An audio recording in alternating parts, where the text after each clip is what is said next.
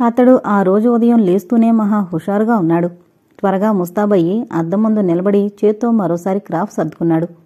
స్వప్న అంటూ గట్టిగా పిలిచాడు.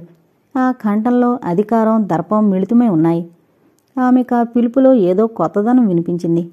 ఆ పిలుపు మునుపట్ల మామూలుగా లేదు. ఐశ్వర్యవంతులకుండే అహంకారమంతా ఆ కంఠంలో తొంగి చూసింది. మెల్లగా అతని గది గుమ్మం వద్దకొచ్చి పిలిచారెందుకు అన్నట్టు చూసింది.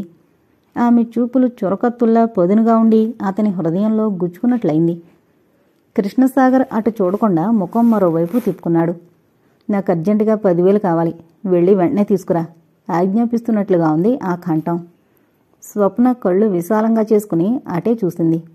1 నెల రోజుల నుండి అతను డబ్బు అడగడం మానేశాడు. మేనేజర్ని అడిగితే స్వప్నమ్మగారిని అడగాలి అండం, వెళ్ళి తాతగారితో చెబితే అవును ఇంటి బాధ్యత అంతా స్వప్నకి అప్పగించేశాను అండం. అతను ఆ మాటలు వింటూనే తనపై కొద్ది రోజులు మండిపడినా డబ్బు మాత్రం ఎప్పుడూ అడగలేదు. నీకే చెబుతున్నాను, వెళ్ళి డబ్బు తీసుకురా, నేను అర్జెంటుగా వెళ్ళాలి అన్నాడు విసుగ్గా. ఇప్పుడంత డబ్బు అవసరం ఏమొచ్చింది, ఏంటా అర్జెంటు సూటిగా అడిగింది. డబ్బు కావాలని అడుగుతుంటే ఏంటా ప్రశ్నలు, వెళ్ళి డబ్బు తీసుకురా కోపంగా అన్నాడు. ఆమె నిల్చున్న చోటు నుండి కదల్లేదు. ఆ కేకలకు బెదర్లేదు. ఆ పనేంటో నాకు చెబితే ఇస్తాను తొణక్కుండా చెప్పింది.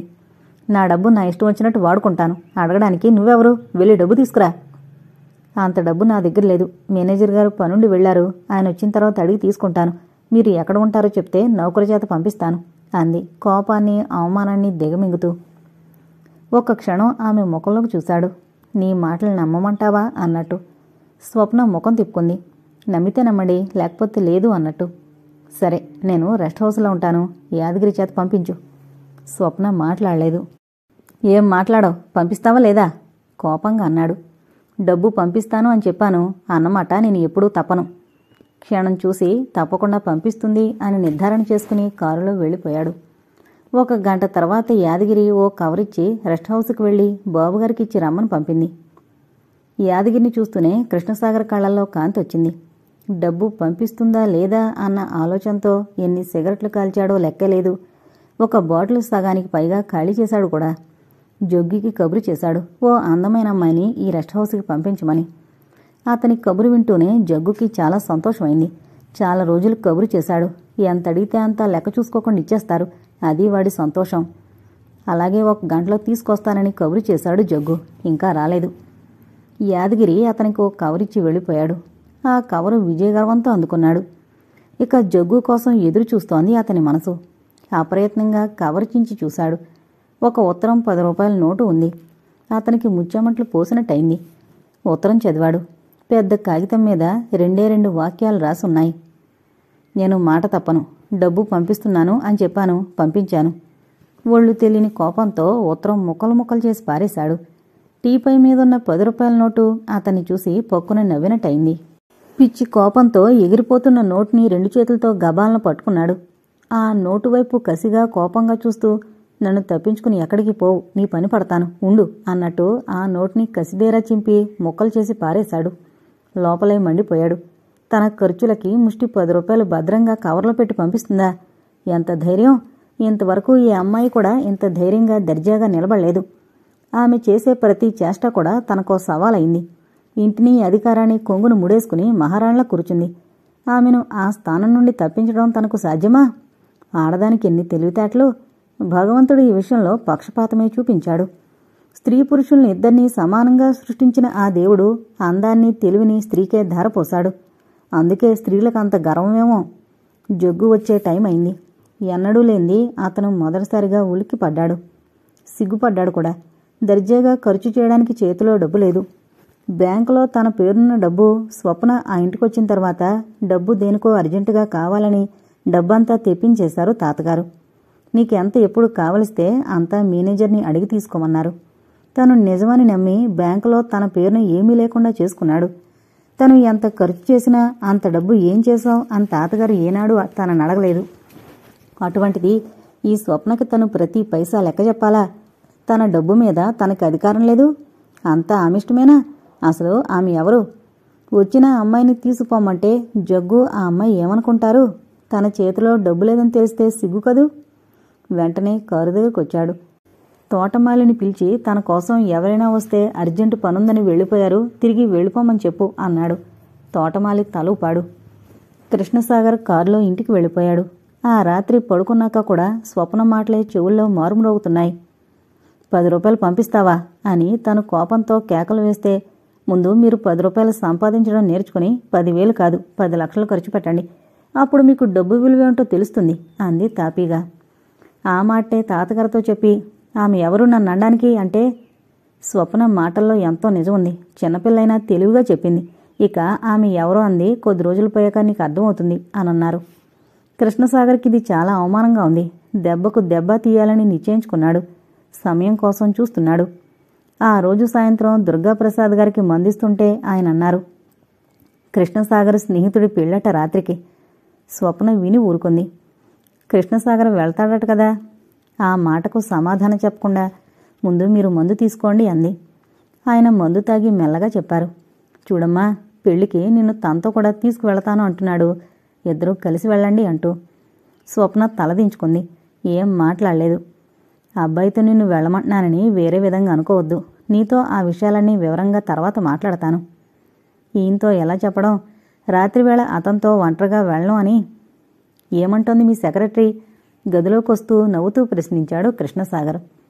ఆమె నా సెక్రటరీయే కాదు, ఇక నుంచి నా మనవరాలు కూడా సగర్వంగా చెప్పారు. నా మాట ఎప్పుడూ కాదందు అని. అయితే ఆమె నాతో వస్తుందా? మరోసారి అడిగాడు.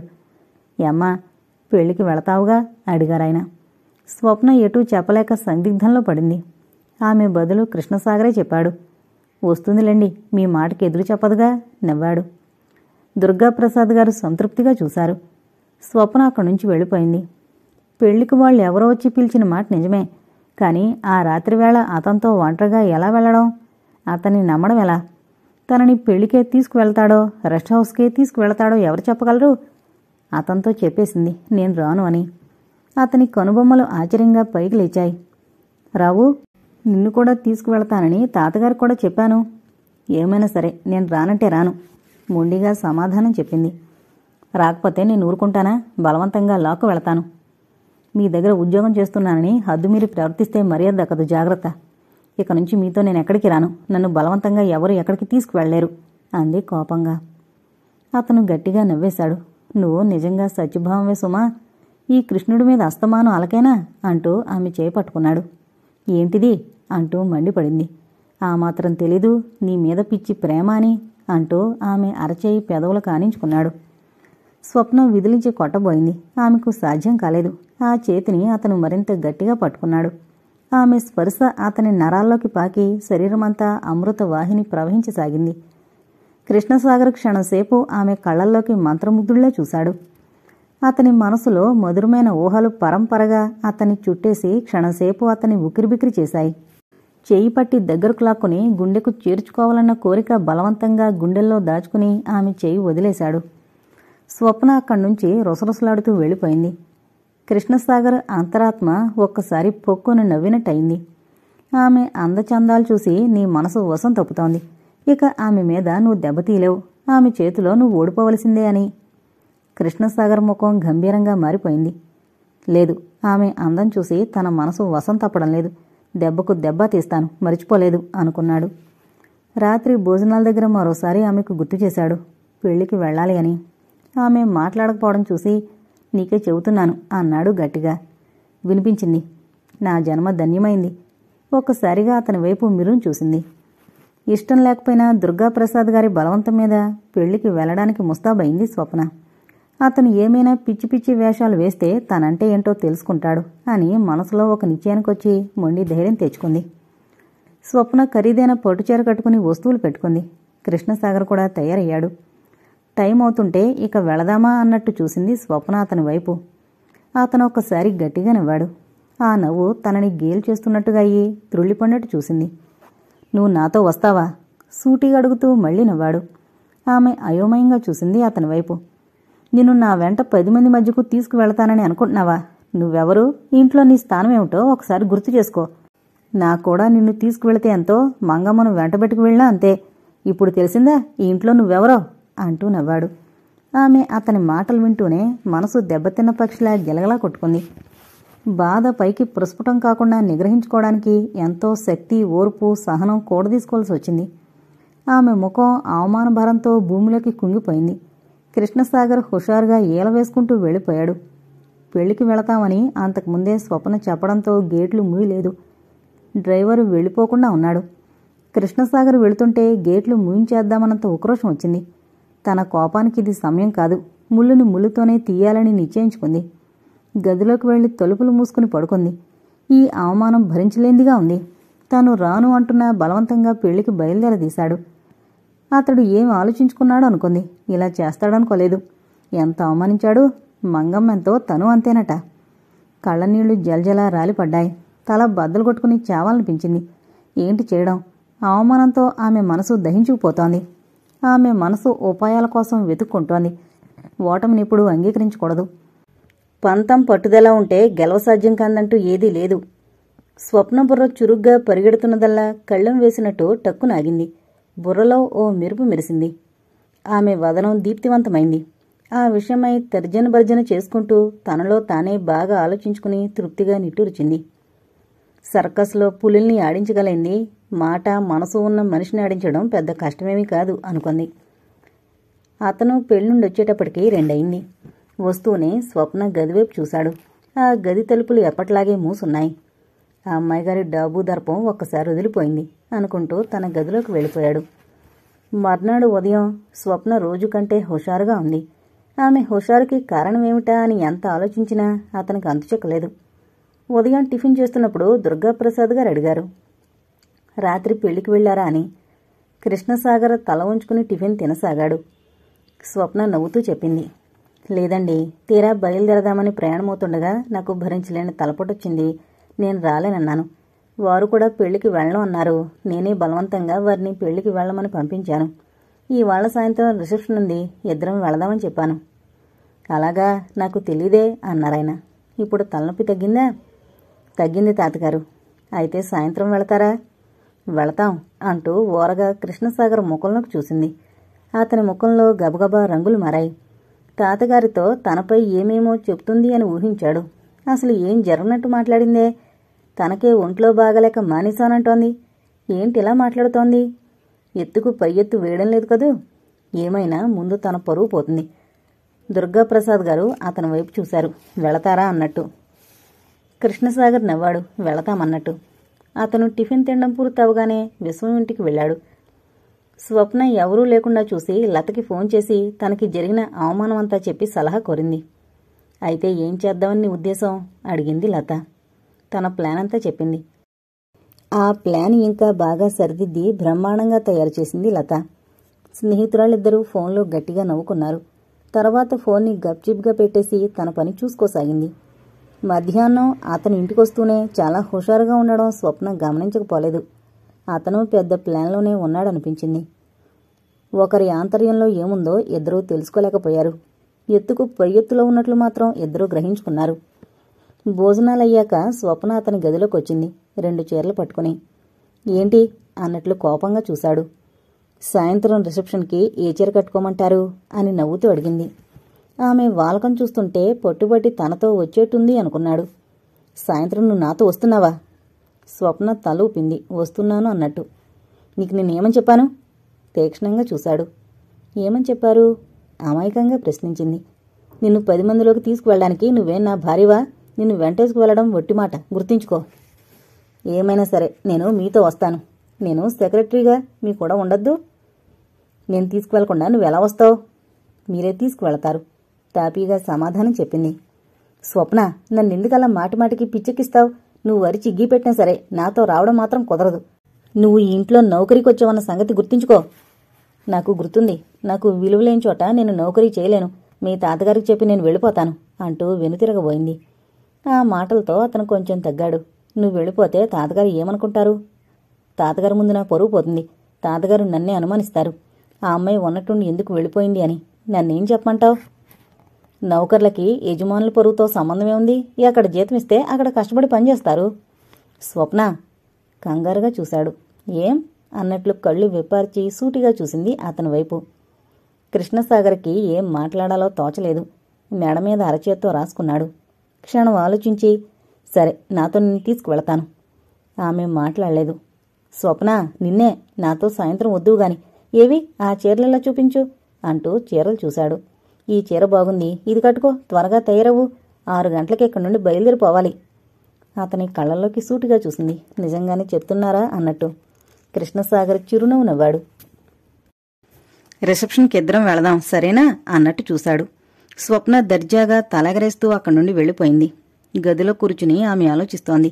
అతను అలా అన్న మనసులో ఇంకేదో ఆలోచిస్తున్నట్టు తోచింది. నిజానికి అక్కడికి అతనితో కలిసి వెళ్లడం ఆమెకి ఇష్టం లేదు. పంతానికి అతనితో వెళ్లాలని, అతను చెప్పకుండా వెళ్ళిపోతాడని అనుకుంది. 10 కళ్లతో అతను వెళ్ళిపోకుండా చూస్తోంది. కృష్ణసాగర్ కూడా ఆమె విషయమే ఆలోచిస్తున్నాడు. రాత్రి పెళ్లికి వెంటబెట్టుకు వెళ్లేదని పంతం బట్టి కూడా వస్తాను అంటోంది. తీసుకువెళ్ళనంటే తనని బెదిరిస్తుందా? చూస్తాను ఎవరు నెగ్గుతారో. విశ్వం ఉపాయం చెప్పుండకపోతే తను చిక్కుల్లో చిక్కుకునేవాడు. సాయంత్రం 4:30 అయింది. స్వప్న పట్టుచీర కట్టుకుని ముస్తాబైంది. అతని ఓ కంట కనిపెడుతూనే ఉంది. కృష్ణసాగర్ వైట్ ఫుల్ సూట్ వేసుకున్నాడు. మెడలో చాక్లెట్ కలర్ మీద బ్లూ డైమండ్స్ డిజైన్ ఉన్న టై కట్టుకున్నాడు. స్వప్న తయారైంది. టైము 5:30 దాటింది. అతను పిలిచాడు స్వప్న అంటూ. అంటూ అతని గదిలోకి వెళ్ళింది. నువ్వు రెడీయేనా? ఇక వెళదామా? తల ఊపింది. నిజంగా తనని తీసుకెళదామని అనుకుంటున్నాడా? అంటే తనకతను భయపడుతున్నాడా? స్వప్నకి నవ్వొచ్చింది. పాపం, కూడా తీసుకువెళతానని అనుకుంటోంది. చక్కగా ముస్తాబైంది. మనసులో కోపంగా అనుకున్నాడతను. స్వప్న ఏంటన్నట్టు చూసింది. వెళ్లే ముందు వేడివేడి టీ తాగి వెళ్లాలనుంది అన్నాడు నవ్వుతూ. అతని నవ్వు చూస్తుంటే స్వప్నకేదో అనుమానం వచ్చింది. అతను పెద్ద ఎత్తులోనే ఉన్నాడని గ్రహించింది. పైకి ఏదీ తేలకుండా, అలాగే, మీరు టీ తీసుకున్న తర్వాతే వెళదాం అంది నవ్వుతూ. నాతో పాటు నువ్వు కూడా తాగాలి, ఇద్దరం కలిసి వెళుతున్నాంగా. అలాగే అంటూ ఆ గదిలోంచే నౌకర్ని పిలిచింది. నౌకరు రావడంతో ఇద్దరికీ 2 కప్పులతో టీ తెమ్మని చెప్పింది. నౌకరు తలూపి 5 నిమిషాల తర్వాత ట్రేలో 2 కప్పులు తీసుకొచ్చి అక్కడ టీపై మీదుంచి వెళ్ళిపోయాడు. టీ చూస్తూనే కృష్ణసాగర్ తల పట్టుకున్నాడు. స్వప్న అతను చేస్తున్న ప్రతి పని గమనిస్తూనే ఉంది. అబ్బా, తలనొప్పిగా ఉంది, వెళ్ళకపోతే బాగుండదు అని తనలో తాను అనుకున్నట్లుగా పైకంటూ, స్వప్న, ఆ టేబుల్ మీద టాబ్లెట్ ఇలా అందుకో అన్నాడు. ఆమె తల ఊపి లేచి వెళ్లి టేబుల్ మీద టాబ్లెట్ ఎక్కడుందా అన్నట్టు వెతికింది. అక్కడన్నీ పుస్తకాలే పరిచున్నాయి. పుస్తకాలన్నీ ఒక పక్కగా సర్ది టాబ్లెట్ తెచ్చింది. ఆమె వచ్చేటప్పటికి స్పూన్తో టీ కలుపుతూ 1 కప్పు ఆమెకు నవ్వుతూ అందించి తను 1 కప్పు తీసుకున్నాడు. అంతలో నౌకరు గుమ్మం దగ్గరకొచ్చి బాబుగారు అంటూ పిలిచాడు. ఏంటి అంటూ లేచి గదిలోంచి వెళ్లాడు అవతలకి. అతను ఓ కవర్ అందిస్తూ, శివరావు గారట మీకిమ్మని ఎవరో అబ్బాయి చేత పంపించారు అని చెప్పి కవరిచ్చేసి వెళ్ళిపోయాడు. కృష్ణసాగర్ గదిలోకి వెళ్లి ఆమె ఎదురుగా కూర్చుని కవరు చింపి ఉత్తరం తీసి చదువుతూ టీ కప్పు నోటి దగ్గర పెట్టుకోబోతూ స్వప్న టీ కప్పు వైపు చూశాడు. టీ కప్పు ఖాళీగా ఉంది. టీ తాగేసింది అని తెలియడంతోనే కృష్ణసాగర్ ముఖం కాంతివంతమైంది. ఆమెను ఓరగా గమనిస్తూ ఉత్తరం చదవసాగాడు. స్వప్న ఎడంచేత్తో తల పట్టుకుంది. ఏంటి, ఏమైంది? కంగారుగా అడిగాడు. స్వప్న ఆవులిస్తూ అంది. అబ్బా, నాకు ఈ టైంలో నిద్రొస్తుందేమిటి? మధ్యాహ్నం పడుకోలేదా? మామూలుగా అడిగాడు. అంది. ఆమె కళ్ళు మూతలు పడిపోతుంటే బలవంతంగా కనురెప్పలు ఎత్తి చూడసాగింది. అతను ఆమె వైపే పరీక్షగా చూడసాగాడు. ఎంత నిద్ర ఆపుకోవాలని ప్రయత్నిస్తున్నా ఆమెకు నిద్ర ఆగడం లేదు. అతనితో ఏదో మాట్లాడుతూనే తల పక్కకు వాల్చేస్తూ కళ్ళు మూసేసింది. స్వప్న, స్వప్న అంటూ తట్టి పిలిచాడు. అంది మొత్తుగా. కాని కళ్ళు మాత్రం తెరవలేకపోయింది. 5 నిమిషాల తర్వాత మళ్లీ పిలిచాడు. ఈసారి అసలు పలకలేదు. ఆమె వైపు సంతోషంగా చూశాడు. ఈవిడిగారు తనతో పంతం బట్టి గెలవాలనుకుంటుందా? తన సంగతి ఇంకా తెలీదులా ఉంది. స్వప్నని టాబ్లెట్ తీసుకురమ్మని చెప్పి ఆమె వచ్చేటప్పటికి టీలో అతని జేబులో ఉన్న పొట్లం విప్పి పొడి దాంట్లో కలిపేశాడు కృష్ణసాగర్. ఇన్ని కబుర్లు చెప్పిన రాణిగారు ఆ టీ చక్కగా తాగేశారు. నవ్వుకున్నాడు. లేకపోతే తనతో వస్తుందట, ఎంత ధైర్యం! కోపంగా అనుకుంటూ ఆమెను 2 చేతుల మధ్య లేవనెత్తి అతని మంచం మీద పడుకోబెట్టి గదవతల తాళం వేసేసి ఆ తాళం జేబులో వేసేసుకున్నాడు. మంగమ్మను పిలిచి, అమ్మగారు పడుకున్నారు, ఒంట్లో బాగలేదట, నేనొచ్చిందాకా లేపొద్దు, తలుపులు తెరవద్దు అని చెప్పి వెళ్ళిపోయాడు. కృష్ణసాగర్ రిసెప్షన్కి వెళ్లేటప్పటికే చాలామందొచ్చారు. పెళ్లికొడుకు పెళ్లికూతురు వచ్చిన వాళ్ళకి నమస్కరిస్తున్నారు. కృష్ణసాగర్, విశ్వం, మిగతా స్నేహితులంతా కలిసి ముందు 2 వరుసల్లో కూర్చున్నారు. టీ పార్టీ అయిన తర్వాత భరతనాట్యం. టీ పార్టీ అయింది. భరతనాట్యం మొదలయ్యే ముందు మైకులో చెప్పారు, కుమారి సుచిత్రాదేవి వీణ వాయిస్తారు అని. స్టేజ్ మీద తెర పక్కకు మెల్లగా తొలగింది. అందరి కళ్ళు ఒక్కసారి జిగేల్మన్నాయి. ఆ అమ్మాయి తివాసి మీద కూర్చుని వీణ వాయిస్తోంది. ఎర్రటి పట్టు చీరకు జరీ బూటాలు దగ్గరగా ఉండి జరీ ముద్దలా ఉంది చీర. ఎర్రటి జాకెట్ వేసుకుంది. మెడలో 4 పేటల ముత్యాల హారం, హారానికి పెద్ద పతకం. శంఖంలాంటి మెడ తెల్లగా అందంగా మెరుస్తోంది. మెడకి ఏం పెట్టుకోలేదు. చెవులకి పెద్ద పెద్ద జోకాలు, నుదుట ఎర్రటి బొట్టు, కళ్ళకి కాటుక తీర్చిదిద్దింది. కళ్ళింకా విశాలంగా అందంగా కనిపిస్తున్నాయి. పెదవులకి లిప్స్టిక్ వేసుకుంది. చెంపలు గులాబీ రంగులో మెరిసిపోతున్నాయి. సన్నగా గీత గీసినట్లుండే కనుబొమ్మలు, ఉంగరాల జుత్తు, మెడ మీదకు పెద్ద సిగ చుట్టి పక్కన ఒకే ఒక ఎర్రగులాబీ పెట్టుకుంది. ఆ సౌందర్యాన్ని చూడ్డానికి అందరికీ 2 కళ్ళు చాలవేమో అనిపిస్తోంది. సన్నటి వేళ్లతో వీణతీగలు మీటుతుంటే అంతా అబ్బురంగా చూశారు.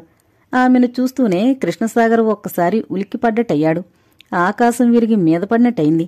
అప్రయత్నంగా విశ్వం వైపు చూశాడు. తన అనుమానం నిజమా అన్నట్టు. అతని పరిస్థితి అలాగే ఉంది. కళ్ళప్పగించి ఆమె వైపు చూడసాగాడు. అతనికి అయోమయంగా ఉంది. స్వప్న. కృష్ణసాగర్ పెదవులు అస్పష్టంగా కదిలాయి. ఇక్కడికి ఎలా వచ్చింది అడిగాడు విశ్వం. అదే నాకు అర్థం కావడం లేదు. మతిపోయిన వాడిలా కోటి జేబు తడుముకున్నాడు. తాళం చెవి జేబులో భద్రంగానే ఉంది. నిజంగా ఈ అమ్మాయి స్వప్నేనంటావా అనుమానంగా అడిగాడు. పేరు సుచిత్రాదేవి అని చెప్పారు. మనిషిని పోలిన మనుషులుంటారేమో విశ్వం అన్నాడు. నేను ఇంటికి వెళ్లి చూసొస్తాను అంటూ లేవబోయాడు. ఆగు, వెళ్లకు. ఈ పాట అయిపోయాక వెళ్లి కలుసుకుని మాట్లాడితే మన అనుమానం తీరిపోతుంది. నిజమే అంటూ కూర్చున్నాడు. ఆమె వీణ వాయిస్తూ మెల్లగా పాట పాడసాగింది. ఆ అమృత గానం వింటూ అంతా మైమరిచిపోయారు. పాట ఆగిపోగానే కరతాళ ధ్వనులతో హాలంతా మారుమ్రోగింది. తెరపడింది. తర్వాత భరతనాట్యం మొదలైంది. అదొక 3 గంటల కార్యక్రమం. ఇంటికి వెళ్ళిపోదామంటే స్నేహితుడి తండ్రి వాళ్లు ఒప్పుకోలేదు. తర్వాత లతభరత మాధవరావు కనిపిస్తే మాట్లాడుతూ కూర్చుంటే టైమే తెలియలేదు. అంతా ఎవరిళ్లకు వాళ్లు వెళ్ళిపోతుంటే పెళ్లికొడుకు జానకిరాం దగ్గరికి వెళ్లి ఆ సుచిత్రాదేవి ఎవరు అని అడిగాడు ఆతృతగా. కృష్ణసాగర్ అలా అడగడం అతనికి వింతగా అనిపించింది. ఆమె మెడ్రాస్ నుంచి వచ్చింది. పాట పాడడానికి పిలిపించాం అంటూ చెప్పాడు. అడ్రస్ ఏమిటి? నాకు సరిగ్గా తెలీదు. కనుక్కుని తర్వాత చెబుతాను. ఆమెను నాకొకసారి పరిచయం చేస్తావా?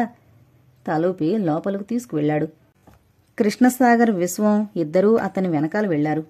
జానకిరాం ఎవరినో కనుక్కున్నాడు సుచిత్రాదేవి ఉందా అని. ఆమె ఇప్పుడే హోటల్కి వెళ్ళిపోయింది అని చెప్పారు. ఆ హోటల్ పేరు కనుక్కుని కృష్ణసాగర్, విశ్వం ఇద్దరూ అక్కడి నుంచి వచ్చేసి తిన్నగా ఆ హోటల్కి వెళ్లారు. ఆ హోటల్లో కనుక్కుంటే ఆ పేరుగల వాళ్ళెవరూ ఇక్కడ లేరే అని చెప్పారు. కృష్ణసాగర్, విశ్వం తిన్నగా శ్రీనిలయానికి వెళ్లారు. వాళ్ళిద్దరికీ మనసులో ఏదో అనుమానం పీకుతూనే ఉంది. ఇద్దరూ గబగబా లోపలికొచ్చారు. తిన్నగా గది వద్దకొచ్చి తాళం చూశారు. వేసిన తాళం వేసినట్టే ఉంది. మంగమ్మను పిలిచి అమ్మగారు లేచారా అని అడిగితే లేదని సమాధానం చెప్పింది. ఆమె కోసం ఎవరైనా వచ్చారా అని అడిగితే ఎవరూ రాలేదు అంది. తాళం తీసి గదిలో అడుగు పెడుతూనే లైటు వేశాడు. మంచం మీద స్వప్న మొత్తుగా పడి నిద్రపోతోంది. తను ఎలా పడుకోబెట్టాడో అలాగే పడుంది. పొట్టుచీరతో, వస్తువులతో. చుట్టూ చూశాడు. కిటికీలన్నీ మూసేసున్నాయి. ఆమె వెళ్లడానికి దారిలేదు. ఆశ్చర్యంగా స్నేహితుడి వైపు చూశాడు. విశ్వం పరిస్థితి అలాగే ఉంది. ఏం మాట్లాడలేకపోతున్నాడు. విశ్వం, ఆ సుచిత్రాదేవి స్వప్న వేరంటావా? అంతే అనుకోవాలి. మరి వేసిన తలుపులు వేసినట్టే ఉన్నాయి. స్వప్న చూస్తే అలా పడుంది. ఈ స్వప్న వేరు, ఆ సుచిత్ర వేరు. ఎంత చిత్రం! మనిషిని పోలిన మనిషి ఉండడం. అంతా అదే పోలిక అంటూ ఎడంచేత్తో గెడ్డంపై రాసుకున్నాడు. విశ్వం వెళ్ళిపోయాడు. కృష్ణసాగర్ స్వప్న మంచం దగ్గరగా వెళ్ళాడు. ఆమె నిద్రలో ఉంది. అలా రెప్పవాల్చకుండా చూశాడు. ఈ అమ్మాయి అనుకోకుండా ఇంట్లోకి ప్రవేశించి తన జీవితాన్నే మార్చేస్తోంది. ఏదో హక్కు, అధికారం ఉన్నట్టే దెబ్బలాడుతోంది. అందరితో పాటే ఈ అమ్మాయిని చూడలేకపోతున్నాడు తను. ఈ అమ్మాయి తన మనసులో ప్రత్యేక స్థానం ఏర్పరచుకుని మహారాణిలా కూర్చుంది. ఈ స్వప్నాన్ని తప్పించుకునే ఉపాయమే కనిపించడం లేదు. ఎంత విచిత్రం! ఎంత వద్దనుకున్నా ఈ స్వప్నతో బంధం చిత్రంగా ముడివేసుకుపోతుంది. అప్రయత్నంగా అతని చెయ్యి ఆమె తలపై పడి ఆప్యాయంగా జుట్టు సవరించింది. ఆ చెయ్యి కొద్దిగా కిందకు జరిగి చెంపలు తాకాయి.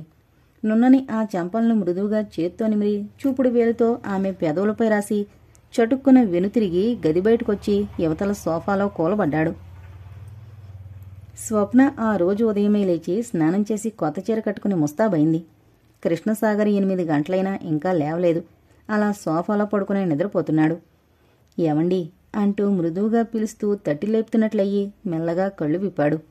ఎదురుగా స్వప్న నవ్వుతూ నిలబడింది. తెలుపు మీద ఎర్ర పువ్వులున్న ఆర్గండి వాయిల్ చీర, అదే డిజైన్ క్లాత్ జాకెట్ వేసుకుంది. స్వచ్ఛమైన ఆ నవ్వుముఖం, ఆ సోగకళ్ళు స్వప్న కడిగిన ముత్యంలా కనిపించింది. టైం ఎంతైందో తెలుసా? చిరునవ్వు నవ్వుతూ ప్రశ్నించింది. అతనికి రాత్రి జరిగిన సంఘటనంతా గుర్తుకొచ్చింది. మీరు స్నానం చేసిరండి, టిఫిన్ చేదురుగాని. ఒక 10 నిమిషాల్లో వచ్చేస్తా అంటూ బాత్రూంలోకి దారి తీశాడు. గబగబా స్నానాధికాలు ముగించుకుని వచ్చాడు. ఇద్దరూ డైనింగ్ టేబుల్ ముందు కూర్చుని టిఫిన్ చేస్తున్నారు. స్వప్న తల వంచుకుంటూ మెల్లగా అంది. రాత్రి మీతో వద్దామని ప్రయాణమయ్యాను. అదేం పోనిద్ర, అలా ముంచుకొచ్చేసి పడుకుండిపోయాను. మీరు ఏమనుకున్నారని నేను చాలా సిగ్గుపడుతున్నాను. అబ్బే, నేనేమీ అనుకోలేదు. ఒక్కోసారి ఎవరికైనా అలాగే నిద్రొస్తుంది, నేను ఏమనుకుంటాను అని నవ్వాడు. ఆ నవ్వు నిజమైన నవ్వులా లేదు. దొంగతనం చేసినవాడు తన దొంగతనం బయటపడకుండా జాగ్రత్త పడుతూ నవ్వినట్టుంది. కృష్ణసాగర్ టిఫిన్ నోట్లో కుక్కేసుకుంటున్నట్లు త్వరగా తినసాగాడు. ఏంటి అంత తొందర? మెల్లగా తినండి అంది స్వప్న తను టిఫిన్ తింటూ. అతను మాట్లాడలేదు, తలెత్తి ఆమె వైపు చూడడం లేదు. మర్నాడు దుర్గాప్రసాద్ గారు స్వప్నకు జీతం ఇచ్చారు. ఇంటికి వెళ్లి డబ్బులిచ్చొస్తానని వెళ్ళింది. స్వప్నని చూస్తూనే తమ్ముళ్ళిద్దరూ అక్కొచ్చింది అని గెంతారు. కామాక్షమ్మ ముభావంగా ఉంది. మునిపట్ల ఆప్యాయంగా నవ్వుతూ మాట్లాడలేదు. తల్లి ముభావానికి కారణం గ్రహించలేకపోయింది స్వప్న. ఏంటమ్మా అలా ఉన్నావు అని అడిగింది ఉండబట్లేక. ఎలా ఉండమంటావు? మేం నలుగురం ఇక్కడ, నువ్వేమో అక్కడ. నేనెంత బాధపడుతున్నానో తెలుసా? మీ నాన్నుంటే ఈ ఉద్యోగాన్ని ఒప్పుకునేవారా? అసలు ఉద్యోగం చేయనిచ్చేవారా? కలో గంజో అందరం ఒక చోట పడుండి తాగితే అదొక సంతృప్తి. నువ్వు లేకపోతే చిరంజీవి, సంజీవి కూడా సరిగ్గా చదవడం లేదు. వాళ్ళు ఇష్టం వచ్చినట్టు తిరిగి ఆటలాడి ఏ టైంకో ఇంటికి వస్తున్నారు. నీ భయం ఉంటే వాళ్ళు చదువుతారు. ఎందుకొచ్చి నీ ఉద్యోగం? స్వప్న, మేమిక్కడ, నువ్వక్కడ. మనకేం సుఖం చెప్పు? అమ్మా అంది బాధగా. స్వప్న, నా మాట వింతల్లి, ఇక ఆ ఉద్యోగం మానే. నా మాట వినవా? కూతురి గెడ్డం పట్టి బ్రతిమలాడింది. మధ్యలో ఎలా మానేమంటావు చెప్పు అంది మెల్లగా. దుర్గాప్రసాద్ గారితో చెప్పి వచ్చేయచ్చు. మరో ఉద్యోగం దొరకద్దు ఆలోచిస్తోంది. అందుకని మేమిక్కడ ఎలా చచ్చినా అంతేనా? ఏంటమ్మా మాటలు అంది బాధపడుతూ. స్వప్న, నేనొకటే చెప్తున్నా. 1 నెలలో ఆ ట్రైనింగ్ పూర్తయిపోతే సరే, లేదా ఆ ట్రైనింగ్ వదులుకుని వచ్చాయి. అంతేగాని నువ్వు అక్కడ ఉండిపోతానంటే మాత్రం నేను ఒప్పుకోను. ఆ ఉద్యోగం వదిలేసుకుంటే ఎలా చెప్పు? నెలకు 500 వస్తున్నాయి. మళ్ళీ మరో ఉద్యోగం దొరకద్దు. నాకు మాత్రం అక్కడ ఉండడం ఇష్టమా? ఉద్యోగం దొరకపోతే ఆ మాత్రం బ్రతకలేమా? నేను ఏ ఇంట్లో అయినా వంట చేసైనా మిమ్మల్ని పోషించుకుంటాను అందావిడ. అమ్మా అంది ఆ మాట వినడమే భరించలేనట్టుగా ముఖం పెట్టి. లేదా నీకు ఆ ఉద్యోగం మాడడం ఇష్టం లేకపోతే చెప్పేసే. 3 పిల్లలకి ఇంత విషం పెట్టి వాళ్ళని చంపి నేను చేస్తాను. ఏంటమ్మా మాటలు? మీకోసమే నేను ఇన్ని బాధలు పడుతున్నాను. మీరే లేకపోతే ఆ ఉద్యోగం ఎందుకు, ఆ డబ్బులు ఎందుకు? ఏనాడు ఈ ప్రాణం తీసుకుని ఉండేదాన్ని అంది కళ్ళ నీళ్లతో. కామాక్షమ్మకి దుఃఖం ఆగక కూతుర్ని పట్టుకుని ఏడ్చేసింది. స్వప్న కూడా తల్లి గుండెల్లో తలదూర్చి ఏడ్చేసింది. అక్క, అమ్మ అంటూ హైమ, చిరంజీవి, సంజీవి కూడా బేరమన్నారు. స్వప్న తనను ఓదార్చుకుని తమ్ముళ్ళని, చెల్లెల్ని ఓదార్చింది. అమ్మా, ఈ నెలతో ట్రైనింగ్ పూర్తి కాకపోతే ఇక ఆ ఉద్యోగం వదులుకుని వస్తాను, సరే? తల్లి తృప్తిగా చూసింది కూతురు వైపు. పైట చెంగుతో కళ్ళొత్తుకుని అందరికీ అన్నాలు వడ్డించింది. ప్రతివారం తల్లి చేతి భోజనం ఎప్పుడు తిందామా అని పొరుగునొచ్చేది. ఆ రోజు ఆ భోజనం నోట్లో పెట్టుకుంటే చేదు విషంలా ఉంది. తల్లి చెప్పిన దానిలో నిజం లేకపోలేదు. కాని తను ఉద్యోగం వదులుకుని వెళ్ళిపోతానంటే దుర్గాప్రసాద్ గారంత సులభంగా ఒప్పుకుంటారా? అలాగని తల్లిని, తోబుట్టిన వాళ్ళని వదులుకుని ఎన్నాళ్ళు వాళ్ళింట్లో ఉంటుంది? ఆలోచనలో పడింది స్వప్న. హైమకు కుదిరిన సంబంధం వాళ్ళు కబురు మీద కబురు చేస్తున్నారు, ముహూర్తం త్వరలో పెట్టించమని తల్లి మామూలుగా చెప్పింది. స్వప్న మాట్లాడలేదు. ఏదైనా ఒకటి వస్తే అన్నీ ఒక్కసారి వచ్చి నెత్తినెక్కి కూర్చుని సవారీ చేస్తాయి. భోజనం సరిగ్గా చేయబుద్ధి కాలేదు. కంచంలో చేయి కడిగేసుకుంది. అదేంటే మజ్జిగ వేసుకోవు అంది తల్లి. నాకు ఆకలేదమ్మా అంటూ కంచం దగ్గర నుంచి లేచిపోయింది. ఆ సాయంత్రం అక్కడే ఉండి వెళ్ళడానికి బయలుదేరింది. 1 నెల ఈ ఉద్యోగం చేయమరి, ఇక చేయకు అని చెప్పింది తల్లి. స్వప్న తలూపి వెళ్ళిపోయింది. ఆమె లత ఇంటికి వెళ్ళి తన పరిస్థితి అంతా చెప్పింది. లత ఏం మాట్లాడలేదు. లత, ఇక నాకు ఆ ఇంట్లో ఉండడం ఇష్టం లేదు. మరి ఇప్పుడు ఏం చేద్దామంటావు? అదే ఆలోచిస్తున్నాను. మనం అడగగానే దుర్గాప్రసాద్ గారు వెంటనే ఉద్యోగం ఇచ్చారు. ఆయనే గనుక ఆ సమయంలో ఉద్యోగం ఇవ్వకపోతే నువ్వు చాలా ఇబ్బందుల్లో పడేదానివి. ఇప్పుడు నువ్వు మానేస్తానంటే ఆయన ఒప్పుకోవాలి. ముందు నీకు ఉద్యోగం దొరకని తొందరపడి ఉద్యోగాన్ని వదిలేసుకుంటే చాలా ఇబ్బందులు పడాల్సి వస్తుంది. నిజమే లత అంది ఆలోచనలో పడిపోతూ. లత కొద్దిసేపు ఊరుకుని మళ్ళీ అంది. ముందు నువ్వు మామూలుగా దుర్గాప్రసాద్ గారిని అడుగు, ఆయన ఏమంటారో చూద్దాం. మరో ఉద్యోగం సందేహిస్తూ అడిగింది. లత నవ్వింది. ఆ ఉద్యోగం కూడా ఆయనే మరో కంపెనీలో చూపించాలి. మరి కృష్ణసాగర్ పండిస్తారా? పండవకి ఏం చేస్తాడు? వాళ్ళింట్లో దుర్గాప్రసాద్ గారి సెక్రటరీగా చేరితే ఏం చేశాడు? నిజమే అంటూ నవ్వింది స్వప్న. ముందు ఇంటి పరిస్థితి అంతా ఆయనకు చెప్పి రాత్రులు ఇంటికి వెళ్ళిపోతాను, పగలంతా ఎక్కడైనా సరే ఉద్యోగం చేస్తాను అని చెప్పు. ఆయన ఏమంటారో విను. లేదా ఈ ఉద్యోగమే ఉంచి రాత్రులు ఇంటికి వెళ్ళిపోతుంటే మనకి మరీ మంచిది. స్వప్న నిజమే అవునన్నట్లు తలూపింది. స్వప్న కొద్దిసేపు కూర్చుని శ్రీనిలయానికి వచ్చేసింది.